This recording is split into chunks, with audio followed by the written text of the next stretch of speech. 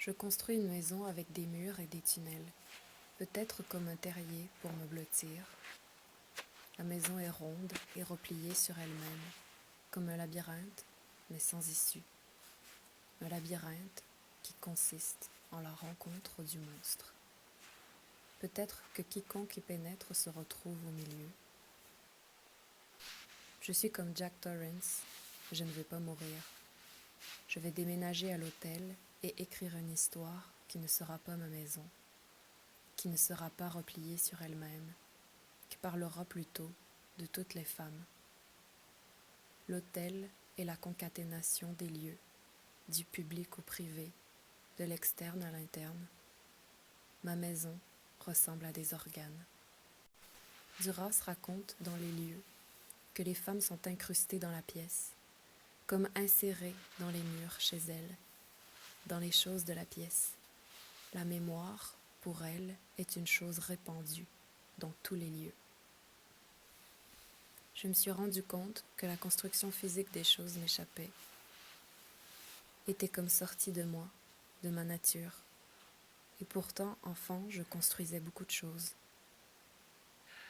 Mais écrire est aussi une construction. Bell Hooks écrit dans Yearnings que la marge est un espace de résistance. Les espaces peuvent être réels et imaginaires. Les espaces peuvent raconter des histoires. Les espaces peuvent être interrompus, appropriés et transformés par la pratique littéraire. Nous venons dans ces espaces avec nos souffrances et nos douleurs pour créer de nouveaux lieux, pour articuler notre vision du monde. Elle a raison.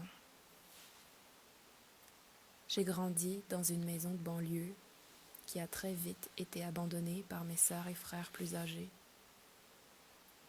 Habiter seul le sous-sol et sa cave effrayante m'a repoussé à débuter les peuplements imaginaires.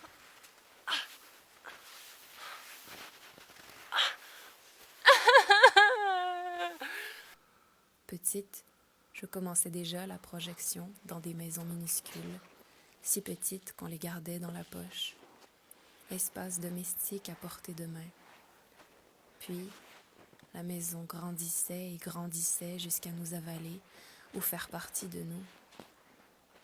J'étais la poupée.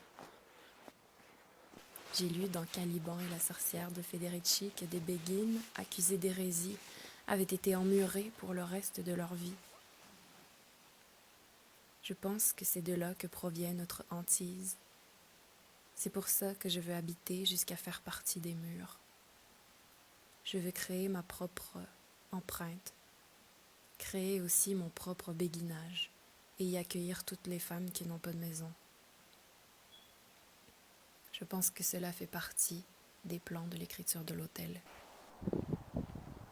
Comme l'écrit Anzaldúa dans La Frontera, si le retour à la maison m'est refusé, alors je devrais me lever et réclamer mon espace.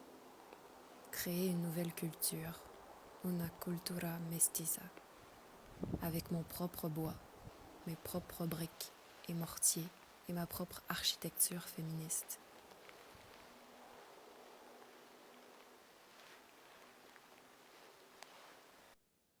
En écrivant depuis l'hôtel, je veux créer un lieu, un repère, une habitation pour toutes celles qui n'en ont pas, pour que nous puissions hanter ensemble un lieu commun, un lieu dont nous serons les seuls responsables et autrices, sans hiérarchie, sinon celle des vieilles femmes. Je vous invite.